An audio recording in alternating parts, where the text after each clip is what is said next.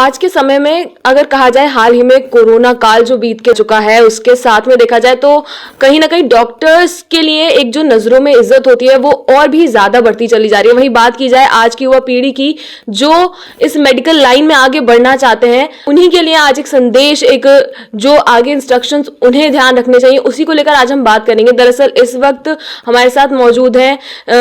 Hemvati Nandan Bahuguna medical university के जो registrar हैं आशीष कुमार उनियाल जी हमारे साथ मौजूद हैं, उनसे बात करेंगे। सबसे पहले तो सर आपका बहुत बहुत स्वागत है सुरागीलाल न्यूज चैनल। धन्यवाद। सर बात की जाए आज की युवा पीढ़ी की तो कहीं ना कहीं जो बच्चे हैं उन्हें थोड़ा सा गाइडेंस की जरूरत होती है। अब जैसे कि कुछ ही समय में अब न्यू सेशन भी स्टार्ट हो जाएगा, तो जो बच्चे अपना 12th की तैयारी कर रहे हैं, नीट क्लियर करना चाहते हैं या बाकी मेडिकल फील्ड में आगे बढ़ना चाहते हैं, तो उनके लिए आप क्या एक मैसेज देना चाहेंगे कि बच्चे किस तरह से अपनी तैयारी करें उस चीज को लेकर? धन्यवाद, आपका बड़ा सार्थक एक प्रश्न आपने पूछा है। किंतु जो मैं व्यक्तिगत अनुभव के तौर पे कहना चाहूँगा कि आजकल देखा ये जा रहा है प्राय कि जो परिजन हैं या पेरेंट्स अपनी इच्छाओं को बच्चों के ऊपर थोप रहे हैं कि नहीं तुम्हें डॉक्टर बनना है या इंजीनियर बनना है, बिना ये जाने हुए कि वाकई उसका जो एक रुचि है वो किस ओर है। तो पहला संदेश तो मैं परिजनों को, पेरेंट्स को ये देना चाहूँगा कि बच्चे के ऊपर जो है एक अननेसेसरी बर्डन और अनड्यू प्रेशर वो माउंट ना करें। बाकी रही बात अगर मेडिकल एजुकेशन की, तो यहाँ पे आपके पास चाहे हम नर्सिंग एजुकेशन की बात करें, पैरामेडिकल की बात करें या एमबीबीएस के थ्रू डॉक्टर बनने की बात करें, तो जो आपके पैरामेडिकल और नर्सिंग पाठ्यक्रम हैं इनमें विश्वविद्यालय के स्तर से एक प्रवेश परीक्षा का आयोजन हम लोग करते हैं और उसका बृहद प्रचार प्रसार के माध्यम से ही पूरे देश और प्रदेश में तो जून के मध्य यह परीक्षा होती है। उसके बाद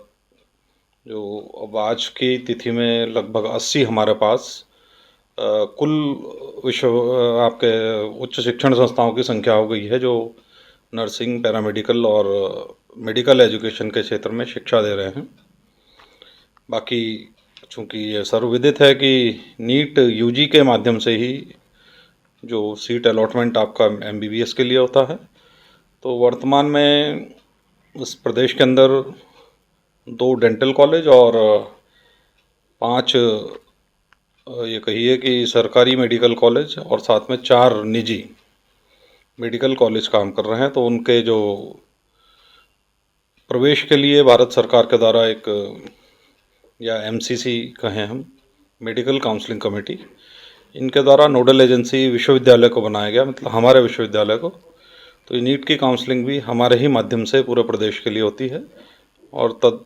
मेरिट के अनुसार सीट एलोकेट होती है। वहीं सर बात की जाए जो बच्चे इस वक्त जो स्टूडेंट्स हैं, मेडिकल स्टूडेंट्स जो हैं, उनके लिए अगर बात की जाए कि किन चीज़ों का उन्हें ध्यान रखना चाहिए कि जब वो इस लाइन में आगे बढ़ रहे हैं, विशेष बिंदु हैं जिन्हें उन्हें ध्यान में रखना चाहिए? देखिए, चूँकि आप ये मानिए कि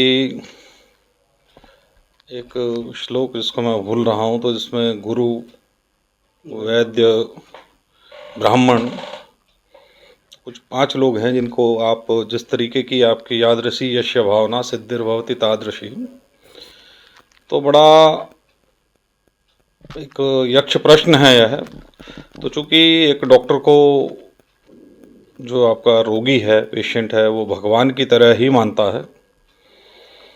तो सबसे पहले तो जो एक व्यवहार है जिसको हम जो इंटरेक्शनल पावर है उसकी, तो बात और व्यवहार उसका बड़ा मृदु और एक तरीके से, क्योंकि आधा तो आप समझ लीजिए रोग का हरण तभी हो जाता है जब एक तरीके से आपका व्यवहार मरीज के साथ बिल्कुल ये समझ लीजिए कि मित्रवत है या ये समझ लीजिए कि बड़ा मृदु है, तो आधा असर तो वहीं। तो थोड़ा मित्रवत व्यवहार रखें, मृदु बोलें, क्योंकि ज्ञान की बात तो फिर दोबारा आती है। लेकिन अगर आप बृहद ज्ञान आपके पास है लेकिन आपकी बोली, भाषा और इस तरीके से आप तो शायद, क्योंकि ये सब चीज़ें विश्वास पे ही एक तरीके से निर्भर करती हैं, तो मेरे हिसाब से व्यवहारिक जो बिंदु हैं उन पे ज़्यादा ध्यान आकर्षण करना चाहिए। वही सर बात की जाए कि ज़्यादातर क्या देखा जाता है कि आजकल बच्चे जो हैं वो कहीं ना कहीं बाहर जा रहे हैं मेडिकल फील्ड में, मेडिकल लाइन में आगे बढ़ने के लिए, तैयारी करने के लिए।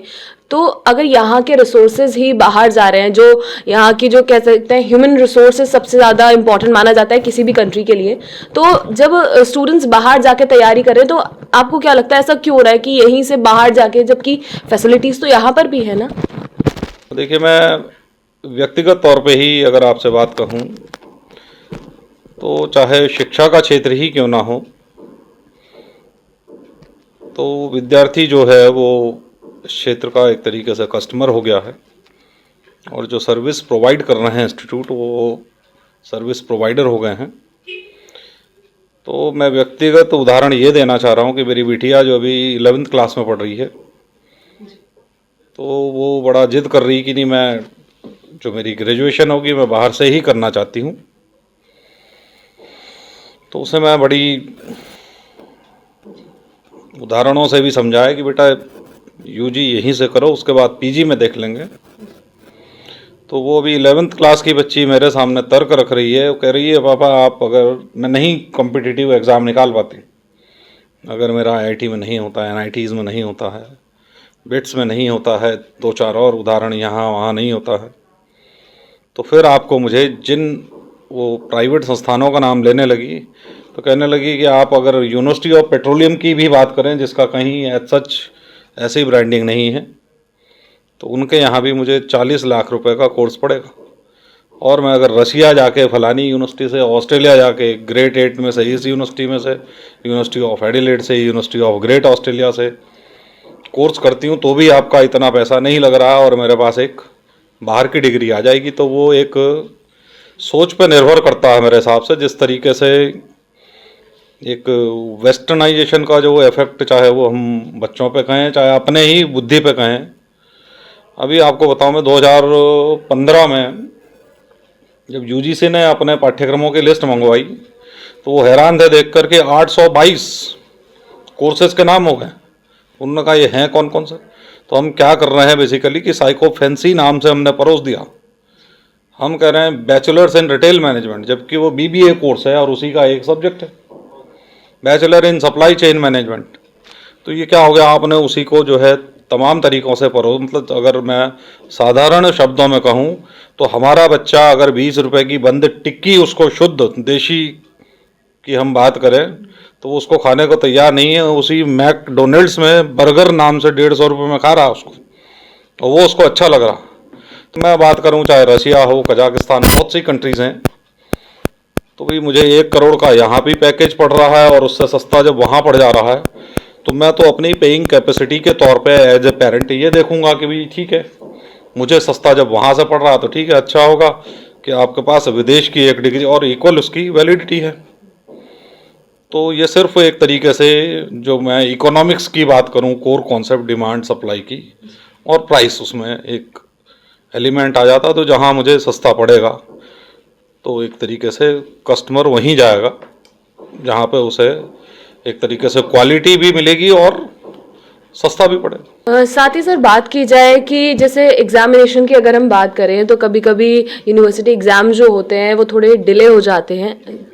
उसकी डेट को लेकर भी थोड़ा सा बच्चों को थोड़ा सा ये रहती है कि ये डेट चेंज क्यों हो रही है ऐसे, तो इसके बारे में थोड़ा सा बताइए। कुछ वर्ष पूर्व की बात करूं तो एक तरीके से जो कोविड पेंडेमिक देश में हो गया था,